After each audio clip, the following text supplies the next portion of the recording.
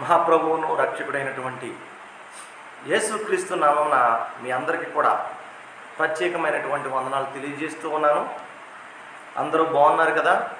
మీరందరూ బాగున్నారని చెప్పేసి నేను తలస్తూ ఉన్నాను. మరి ఈ రోజును కూడా పరిశుద్ధ లేఖనాల నుండి కొన్ని మాటలు మనము జ్ఞాపకం చేసుకుందాం ప్రియులారా. 2వ కొరింథీ పత్రిక 4వ అధ్యాయము 2వ కొరింథీ పత్రిక 4వ అధ్యాయం నుండి 16, 17, 18 వచనాలను మనము జాగ్రత్తగా పరిశీలన చేద్దాం. కావున మేము అధైర్యపడము, మా బాహ్య పురుషుడు కృషించుచున్నను, అంతర్య పురుషుడు దినదినము నూతన పరచబడుచున్నాడు. మేము దృశ్యమైన వాటిని చూడక అదృశ్యమైన వాటిని నిదానించి చూచుచున్నాము గనుక క్షణమాత్రముండు మా చులకన శ్రమ మా కొరకు అంతకంతకు ఎక్కువగా నిత్యమైన మహిమ భారమును కలుగజేయుచున్నది. ఎలయనగా దృశ్యమైనవి అనిత్యములు, అదృశ్యమైనవి నిత్యములు. ప్రియ దేవుని జనాంగమా, ఈ యొక్క మాటలను మనము జ్ఞాపకం చేసుకుంటూ ఉన్నప్పుడు దేవుని వాక్యము చలవిస్తూ ఉంది కదా. మేము అధైర్యపడము. దేవునిని విశ్వసించినటువంటి జనాంగము, లేదా దేవునిని నమ్మినటువంటి జనాంగము, లేదా దేవుని సేవ కొరకై, దేవుని పని కొరకై, దేవుని పరిచర్య కొరకై ఎంతమంది అయితే జీవితాన్ని సమర్పించుకుంటారో వారందరూ కూడా ఏంటండి అధైర్యపడరంట.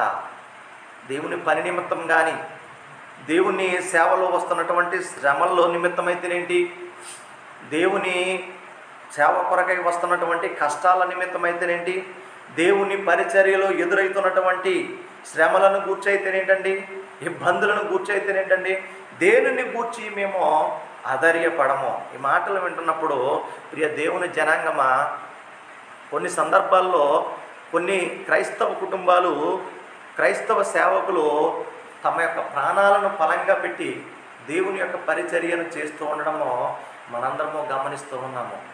ఎందుకొరకయ్యా ఇంత ప్రయాసపడుతున్నారు, దేని కొరకయ్యా ఇంత శ్రమ పడవలసినటువంటి అవసరం ఏమిటి అని మనం ఆలోచన చేస్తే చూడండి, చక్కగా రాయబడి ఉన్నటువంటి మాటలో కావున మేము అధైర్యపడము. ఎందుకు? మా బాహ్య పురుషుడు కృషించుచున్నను, మా అంతర్య పురుషుడు దినదినము నూతన పరుస్తున్నాడు. సేవలో, పరిచర్యలో ఎంతో కాలం నుంచి పనిచేస్తున్నటువంటి సేవకులు ఈ కరోనా సమయంలో, ఈ యొక్క ఇబ్బందికరమైనటువంటి పరిస్థితుల్లో తమ ప్రాణాలను ఫలంగా పెడుతున్నారంటే, ఒకవేళ బాహ్య పురుషుడు బలహీనపరచబడుతున్నప్పుడు, బాహ్య పురుషుడు అనారోగ్యంతో బాధపడుతున్నప్పుడు, శరీరము సహకరించినప్పటికీ వారు దేనిని బట్టి సంతోషిస్తారో తెలుసా? దేనిని బట్టి? వారి యొక్క అంతర్య పురుషుడంట దినము ఏం చేస్తున్నాడండి? నూతన పరచబడుచున్నాడంట. మనం చూస్తే ఏమనుకుంటామంటే, ఇదిగో నా ఆరోగ్యం సరిగా లేదు, సమాజంలో పరిస్థితులు అనుకూలంగా లేదు, ఈ కరోనా సమయంలో నేను హ్యాపీగా ఉండొచ్చు కదా, ఈ కరోనా సమయంలో దేవుని సేవకులు రెస్ట్ తీసుకోవచ్చు కదా, ఇటువంటి విపత్కర సమయంలో అనేక మంది సేవకులు చనిపోతున్నారు, అనేక మంది సేవకులు నిద్రిస్తూ ఉన్నారు, అనేక మంది సేవకులు బలహీనపడుతున్నారు, అనేక మంది సేవకులు వైరస్ బారిన పడుతున్నారు అని చెప్పేసి మనం ఏం చేస్తుంటామంటే అండి, చిన్నపాటి ఒక జాలిని, ఒక సింపతిని, ఒక దయను వారి పట్ల మనం చూపిస్తూ ఉంటాము. కానీ దేవుని యొక్క వాక్యం సెలవిస్తూ ఉంది, కావున మేము అధైర్యపడము. వైరస్ను చూసి మేము అధైర్యపడము, కష్టాలను చూసి మేము అధైర్యపడము, శ్రమలను చూసి మేము అధైర్యపడము. ఇదిగో ఈ పరిచర్యకు వచ్చినప్పటికీ మాకు పరిచర్యలో సహకరిస్తున్నారని కానీ, సహకరించట్లేదని కానీ మేము అధైర్యపడము. చాలా సందర్భాలు చూడండి, సంఘము సేవకునికి సహకరించకపోవడం అనేది కూడా చాలా దురదృష్టకరమైనటువంటి సంగతి. ఈనాడు మనము గమనిస్తూ ఉన్నప్పుడు ఎన్ని సంఘాలు దేవుని యొక్క సేవకులకు, ఎన్ని సంఘాలు దేవుని పరిచర్య కొరకు ఎంతమంది విశ్వాసులు నడుము కట్టుకుని దేవుని సేవలో, దేవుని పరిచర్యలో ముందుకు కొనసాగుతూ ఉన్నారో ఒకసారి ఆలోచన చేయాలి. నీ యొక్క సమయాన్ని కానీ, నీ యొక్క సహకారాన్ని కానీ దేవుని సేవకులకు నువ్వు అందిస్తూ ఉన్నావా? నీ యొక్క పని పట్ల నీకు ఎంత నిబద్ధత కలిగి ఉంది. ఒకసారి ఆలోచన చేయాలి. కానీ వారంటండి దేనిని చూసంటండి, వాళ్ళ యొక్క బాహ్య పురుషుడు కుసించిపోతున్నాను, బాహ్య పురుషుడు బలహీనపడుతున్నాను, బాహ్య పురుషుడు వైరస్ బారిన పడుతున్నాను, బాహ్య పురుషుడు షుగర్తో బాధపడుతున్నాను, బాహ్య పురుషుడు జ్వరంతో బాధపడుతున్నాను, బాహ్య పురుషుడు కష్టాలతో, నష్టాలతో, శ్రమలతో, వేదనల గుండా ప్రయాణం చేస్తున్నాను. వారు దేని విషయంలో సంతోషిస్తారో తెలుసండి, వారి యొక్క ఆంతర్యమైనటువంటి పురుషుడు, ఆంతర్య పురుషుడు ఎలా ఉంటాడంటే దినము ప్రతి దినము ప్రతి నిమిషము కూడా ఏం జరుగుతుందంటండి, నూతన పరచబడుతున్నారంట ఆంతర్య పురుషుడు. కాబట్టి దేవుని సేవకులమైన మేము దేవుని సేవ కోసము, దేవుని పరిచర్య కోసము ఏం చేసాము, మేము మా జీవితాలను సమర్పించుకున్నాము. మా జీవితాన్ని ఎలా సమర్పించుకున్నామంటే, ఇదిగో నా జీవితాన్ని నీకు ఇస్తున్నాను యేసయ్యా, నా చావు అయినా నా బ్రతుకైనా నా ఈ సమస్తము నీకు అప్పగిస్తున్నాను. నేను అప్పగిస్తున్నాను. చనిపోయినా సరే, నా కుటుంబ సభ్యులు మరణించినా సరే, నా పిల్లలు నాకు సహకరించుకున్నా సరే, నా పిల్లలు మరణించినా సరే, నేను చివరికి నా ఒంటిలో ఉన్నటువంటి అవయవములను కోల్పోయినప్పటికీ ఏంటంటే నీ సేవ కోసం. ఒక మాట చెప్పాలంటే అండి, సేవ అంటే అంత ఆశ్రామాస్య విషయం కాదు. సేవ అంటే సావు అని చెప్తాడు ఒక భక్తుడు. సేవ అంటే సావు. సేవకు వచ్చిన ప్రతి వ్యక్తి చనిపోవాలి, ముందుగా చనిపోయిన తర్వాతే సేవకు రావాలి అని చెప్పేసి ఒక అద్భుతమైనటువంటి మాటని మనము విన్నాం ప్రియుల.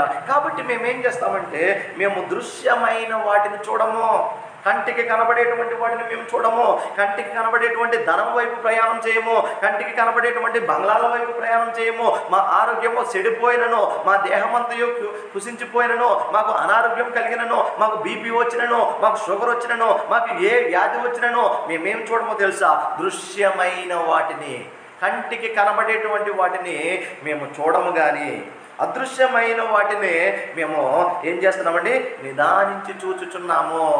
దృశ్యమైన వాటిని మేము చూడము.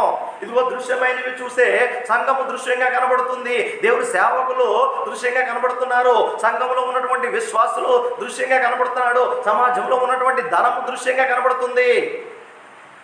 ఇవన్నీ కూడా కంటికి కనబడేవిగా కనబడుతున్నాయి. కానీ ఈ కంటికి కనబడేటువంటి దేనిని కూడా మేము చూడము, దేనిని కూడా మేము ఆశించము.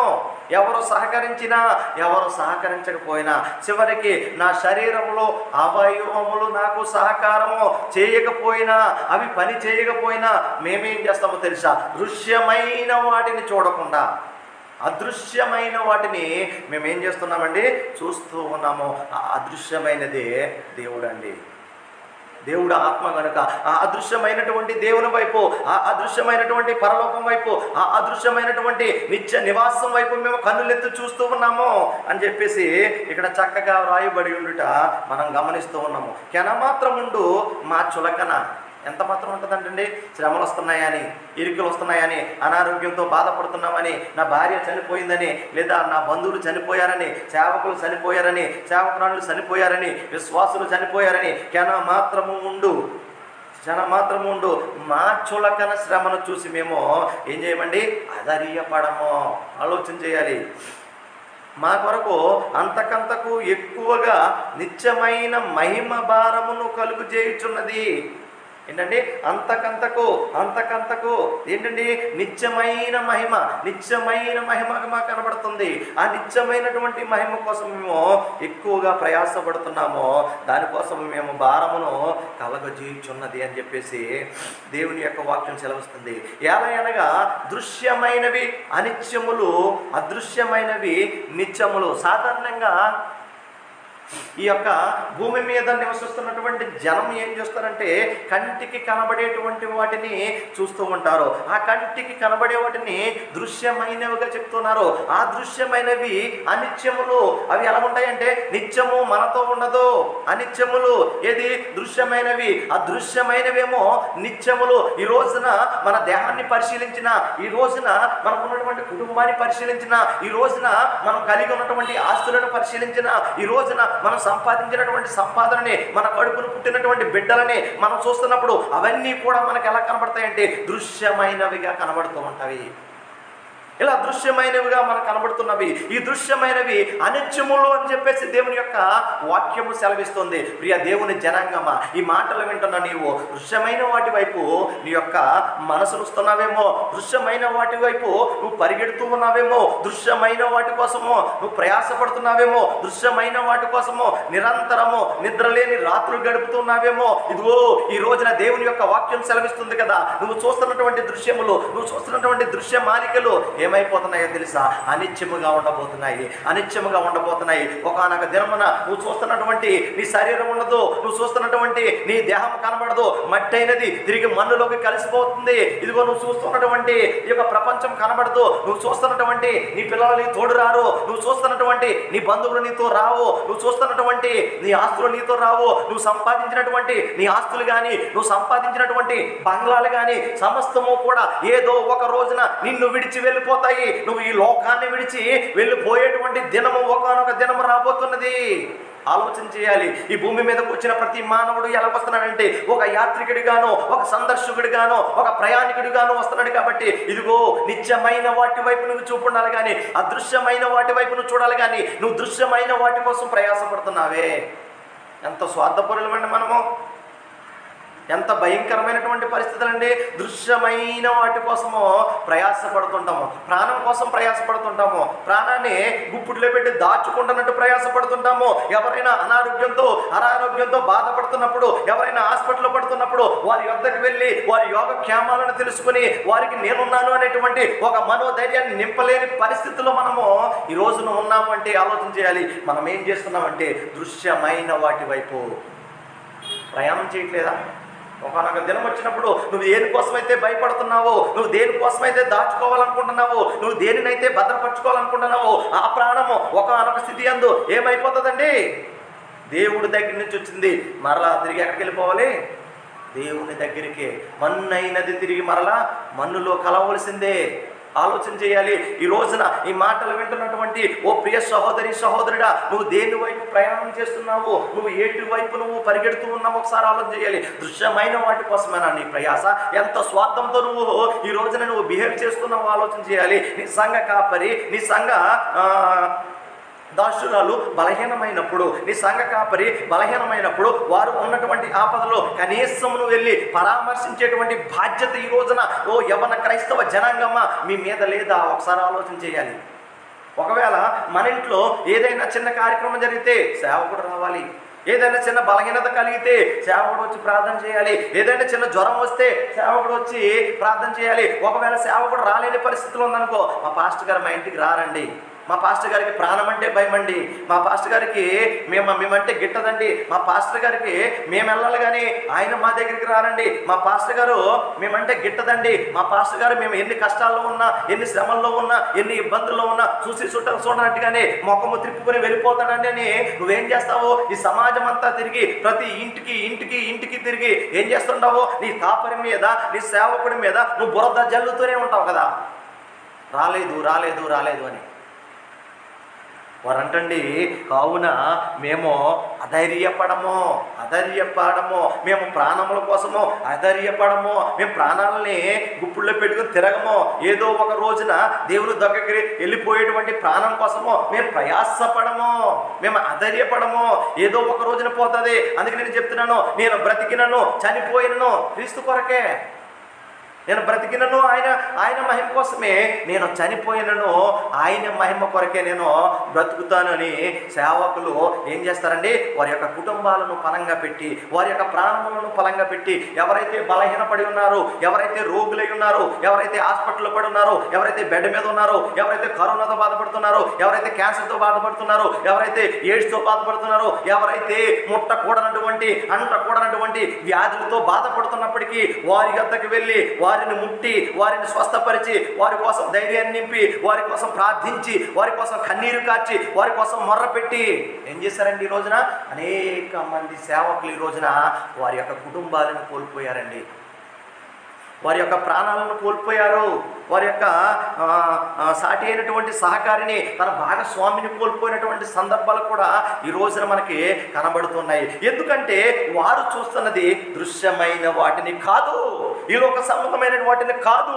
ఈ లోక సంబంధమైనటువంటి వాటి వైపు వారు దృష్టించలేదు. చివరికి వారి ప్రాణము వైపు కూడా వారు ఏం చేయలేదంటే ప్రియులారా, వారు మనసు పెట్టలేదు, వారు ఆరోగ్యాన్ని లెక్క చేయలేదు. వారు ఆరోగ్యానికి కావాల్సినటువంటి భద్రత కానీ, కేర్ కానీ, సమయానికి ఆహారము కానీ వారు తీసుకునేటువంటి పరిస్థితి లేనే లేదు ఈ రోజున. ఉందా?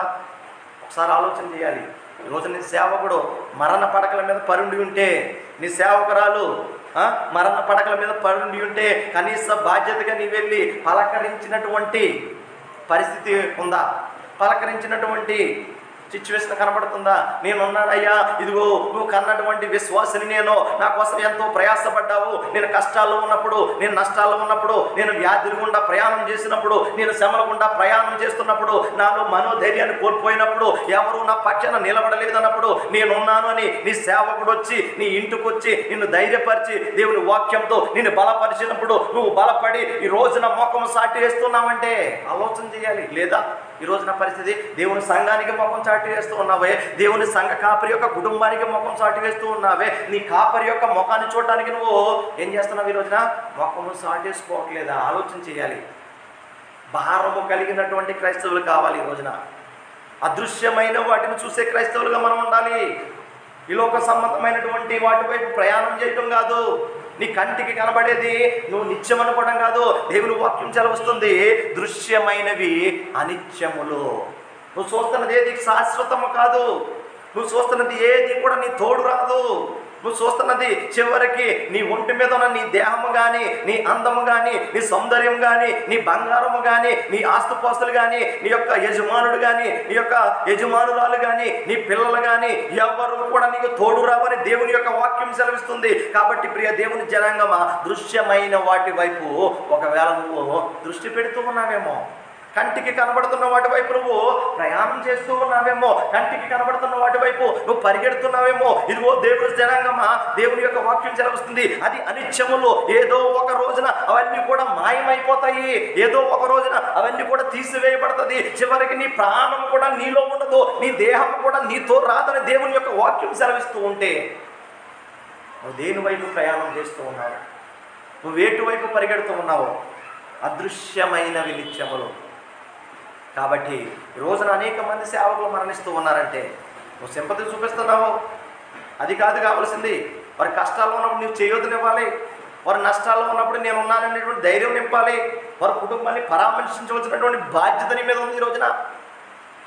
కాబట్టి దేవుని సేవకులండి దృశ్యమైన వాటిని చూడరు.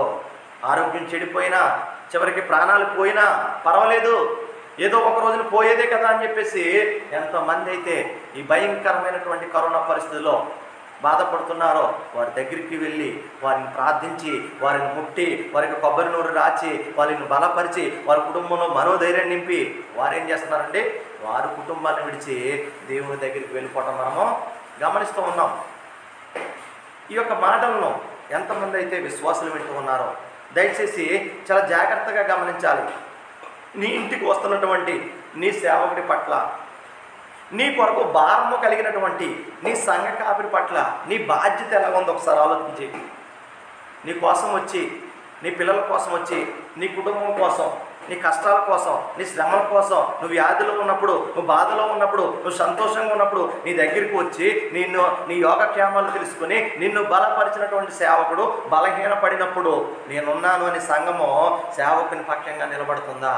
నేనున్నానయ్యా, నీ కష్టాలు నేను పాలిభాగస్తున్నైతాను, నీ యొక్క పరిచర్యలో నేను పాలిభాగస్తున్నైతాను, ఇదిగో నువ్వు అనారోగ్యంగా ఉందా, నిన్ను నేను డాక్టర్కి చూపిస్తాను, నేను ఉన్నానయ్యా, నువ్వు అధైర్యపడకు, ఈ కుటుంబానికితో నేను ఉంటాను తోడుగా, వారికి ఏం కావాలో, వారి అక్కరతలేంటో, వారి శ్రమలేంటో, వారి ఇబ్బందులేంటో నేను ఉన్నాను, నేను తీరుస్తాను అనేటువంటి ఒక సంఘ విశ్వాసగా ఈ రోజున నువ్వు నిలబడితే దేవుడు చూస్తాడు. అది దృశ్యమైన వాటిని చూస్తాడు. దృశ్యమైన పనులన్నీ చూసి అదృశ్యమైనటువంటి కార్యక్రమాల్లోనికి, అదృశ్యమైనటువంటి పరలోకంలోనికి నిన్ను చేర్చుకోబోతున్నాడు. కాబట్టి నువ్వు అనుకుంటున్నావేమో దృశ్యమైన వాటిని చూసి అతిశయపడుతున్నావా? దృశ్యమైన వాటి వైపు నువ్వు దృష్టి పెడుతున్నావా?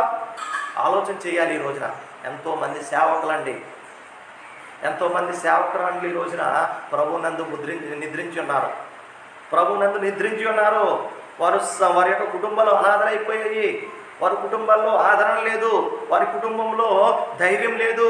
కానీ వారు దేనికోసం ప్రయాసపడుతున్నారో తెలుసా? దేనికోసం అండి?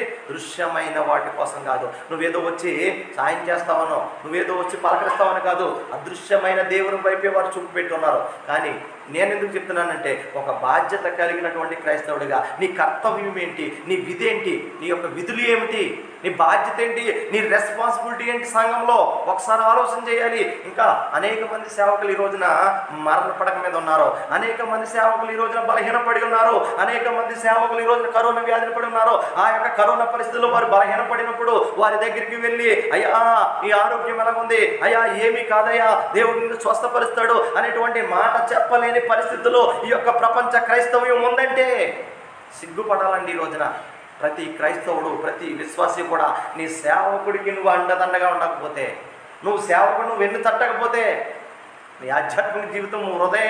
క్రియలు లేని విశ్వాసం మృతమే. నువ్వు ఎన్ని చెప్పినా, నువ్వు తర్వాత ఎంత చేసినా, నువ్వు ఎంత చేసినా తర్వాత వేస్టే.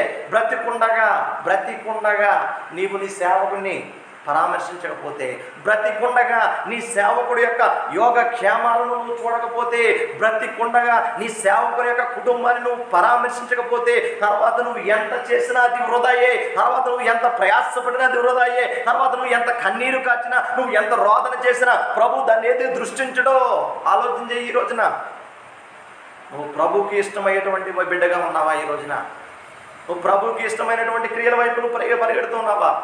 ఆరోగ్యం ఎవరిస్తారండి? ఆయుష్ ఎవరిస్తారండి? నువ్వు దాచుకుంటే దాగేదా ఆరోగ్యమో, నువ్వు దాచుకుంటే ఆగేదా నీ ప్రాణమో? దేవుడు ఇవ్వాలి ఆయుష్, దేవుడు ఇవ్వాలి దీర్ఘాయువు, దేవుడి మీద భారం కలిగి ఉండాలి. ఒకవేళ దేవునికి ఇష్టమైతే తీసుకుంటాడు.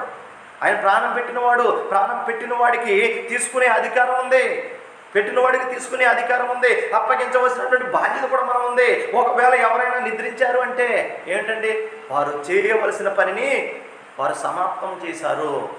వారు ఇంకా నువ్వు బతికున్నావంటే ఒక అవకాశం నీకు ఇస్తున్నాడు, ఇకనైనా నువ్వు మారు అని. ఇక నువ్వు బ్రతికున్నావంటే, ఇక నువ్వు ప్రాణాలు దాచుకున్నావంటే ఒక అవకాశానికి ఇస్తున్నాడు. ఇప్పటికైనా మారు మనసు పొంది పశ్చాత్తాపము కలిగి నీ క్రియలలో కనబడాలి. దేవునికి ఆలోచన చేయండి. ఇప్పటికైనా సమయము మించిపోలేదు. ఎన్నో కుటుంబాలు ఈ రోజున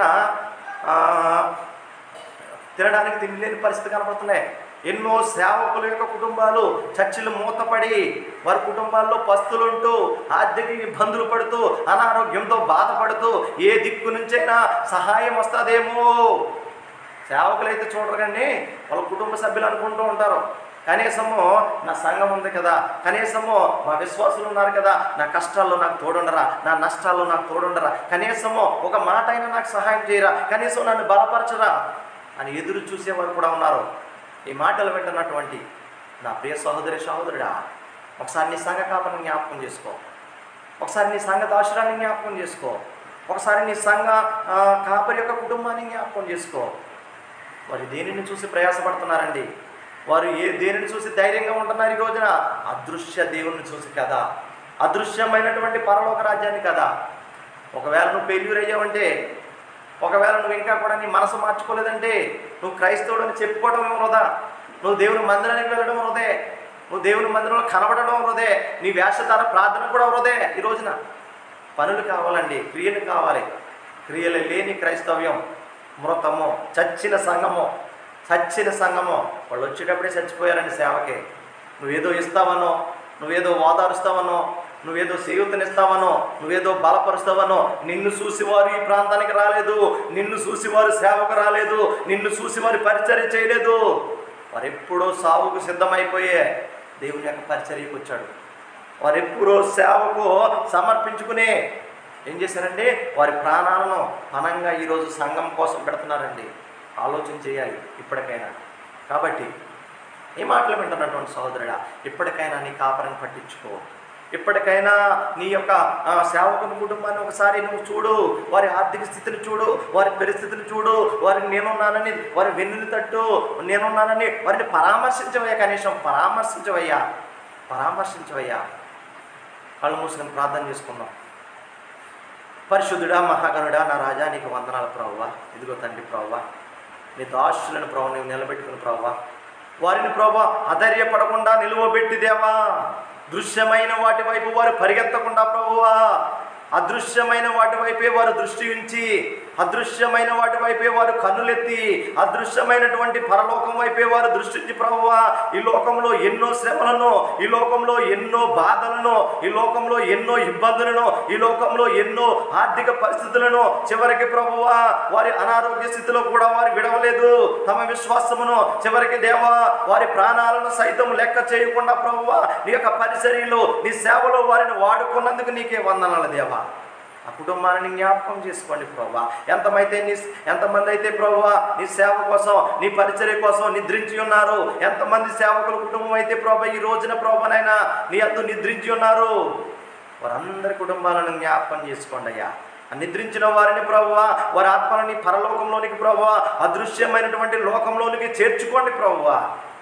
ఇంకా ప్రభువా ఎంతమంది అయితే ప్రభువా ఈ యొక్క మాటలు వింటూ ఉన్నారో వారందరినీ పేరు పేరుని జ్ఞాపకం చేసుకోండి. నేను కూడా క్రైస్తవుడిని, నేను కూడా బాధ్యత కలిగినటువంటి ఒక విశ్వాసిని అనేటువంటి ఒక మారు మనసు కలిగి నీ సేవ కోసం, నీ పరిచర్య కోసం కరిగిపోయే బిడ్డలుగా, అరిగిపోయే బిడ్డలుగా, ఖర్చు అయిపోయే బిడ్డలుగా ప్రభువా ప్రతి బిడ్డని జ్ఞాపకం చేసుకుంటామని మా ప్రభువును రక్షకుడైనటువంటి యేసుక్రీస్తు నామమున అడిగి వేడుకుంటున్నాను తండ్రి, ఆమేన్.